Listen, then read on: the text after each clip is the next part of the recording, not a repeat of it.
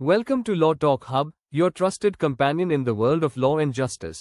यहाँ हम सरल भाषा में समझाते हैं कानून की किताबें, ऐतिहासिक फैसले और संविधान की गहराइयाँ.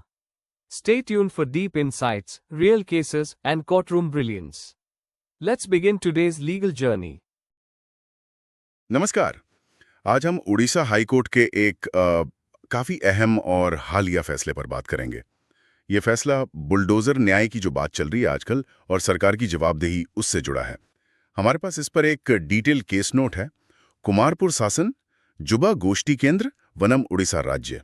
तो आज कोशिश रहेगी ये समझने की कि कैसे कोर्ट ने राज्य की पावर के गलत इस्तेमाल पर रोक लगाई और ये जो प्रक्रिया होती है ना, उसकी निष्पक्षता पर जोर दिया. तो चलिए शुरू करते हैं. तो मामला है उड़ीसा के कुमारपुर गांव का.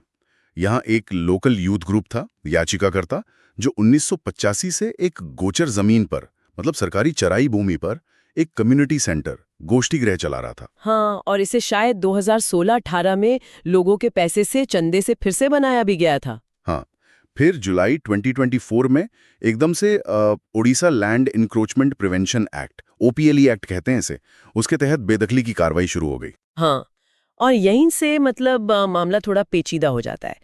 जब ये कार्रवाई चली रही थी तो हाई कोर्ट ने 2 बार, एक 29 नवंबर को और फिर 13 दिसंबर 2024 को अंतरिम प्रोटेक्शन दिया था. कोर्ट ने कहा था कि भाई अभी कुछ मत तोड़ो, स्टेटस को यानी यथास्थिति बनाए रखो. अच्छा, कोर्ट के आदेश थे कि कुछ नहीं करना है? जी हाँ, 2 बार आदेश थे. लेकिन फिर भी सुना कि बहुत जल्दी तोड़फोड़ हो गई. हाँ, यही तो सबसे चौंकाने वाली बात है. जो अपीली अथॉरिटी का फाइनल ऑर्डर आया ना, उसके सिर्फ, आप सोचिए, सिर्फ 24 घंटे के अंदर 14 दिसंबर 2024 को तहसीलदार ने वो कम्युनिटी सेंटर गिराना शुरू कर दिया. अरे, सिर्फ 24 घंटे में. हाँ. कोर्ट के पिछले आदेशों के बावजूद.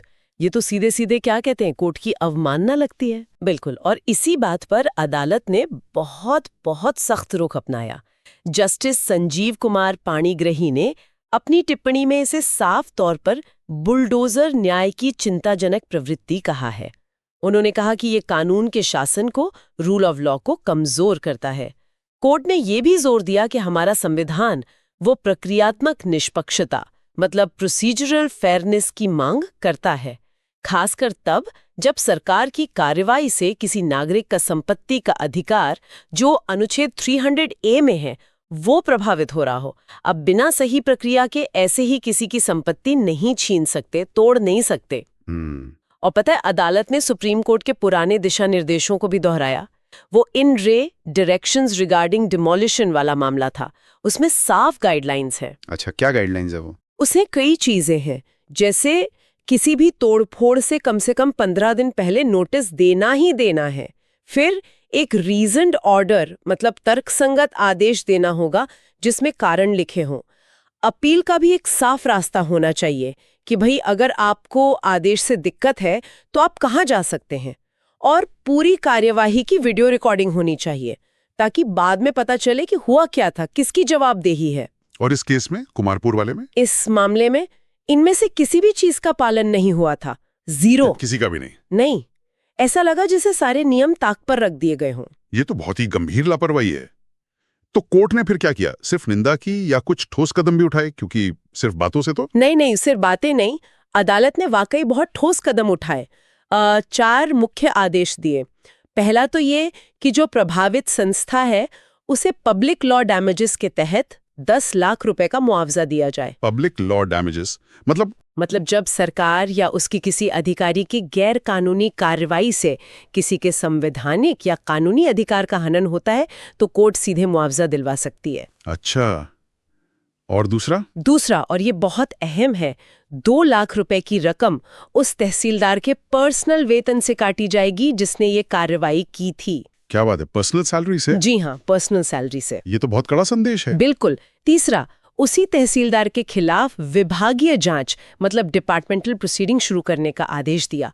और चौथा, राज्य के चीफ सेक्रेटरी को निर्देश दिया कि वो एक सर्कुलर जारी करे और पक्का करे कि आगे से ऐसी किसी भी तोड़फोड़ की कार्रवाई में सुप्रीम कोर्ट की गाइडलाइंस का सख्ती से पालन हो.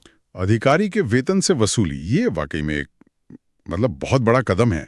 इसका मतलब है कि गलती की सजा सिर्फ सिस्टम पर नहीं डाली जा रही, बल्कि सीधे उस व्यक्ति को भी जिम्मेदार ठहराया जा रहा है। यही इस फैसले का सबसे अहम पहलू है। ये कई लेवल पर महत्वपूर्ण है। एक तो ये साफ करता है कि भाई सरकारी ताकत का इस्तेमाल कानून के दायरे में ही होना चाहिए, अपनी मनमर्जी से नहीं। दूसरा, ये संवैधानिक अधिकारों के उल्लंघन के लिए, जैसे मैंने कहा, पब्लिक लॉ कंपनसेशन को एक कारगर हथियार की तरह स्थापित करता है। और तीसरा, जैसा आपने कहा, अधिकारियों की पर्सनल जवाबदेही तय करके ये जो बुलडोजर न्याय वाली मनमानी कार्रवाइयां ना, उन पे सीधी चोट करता है। ये साफ संदेश है कि भाई कोर्ट के आदेशों को हल्के में मत लो। तो कुल मिलाकर देखें तो ये कुमारपुर शासन वाला फैसला सिर्फ एक गांव या एक अधिकारी तक सीमित नहीं है। ये गैर कानूनी सरकारी कार्रवाइयों पर, जिन्हें आजकल बुलडोजर न्याय कह दिया जाता है, उस पर न्यायपालिका की तरफ से एक बहुत जरूरी रोक है।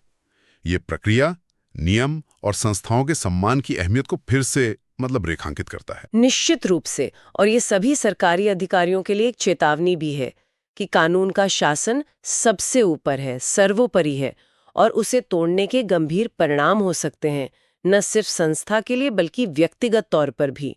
ये मामला यकीनन आगे आने वाले ऐसे मामलों के लिए एक मिसाल बनेगा पूरे भारत में।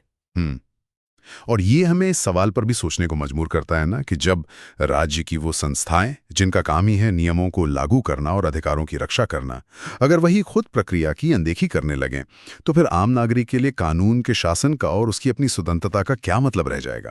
ये वाकई एक सोचने वाली बात। Thank you for your valuable time and for being a part of law talk hub. नए वीडियो और न्यायिक ज्ञान के लिए जुड़े रहिए। Don't forget to like, share, and subscribe. See you in the next one.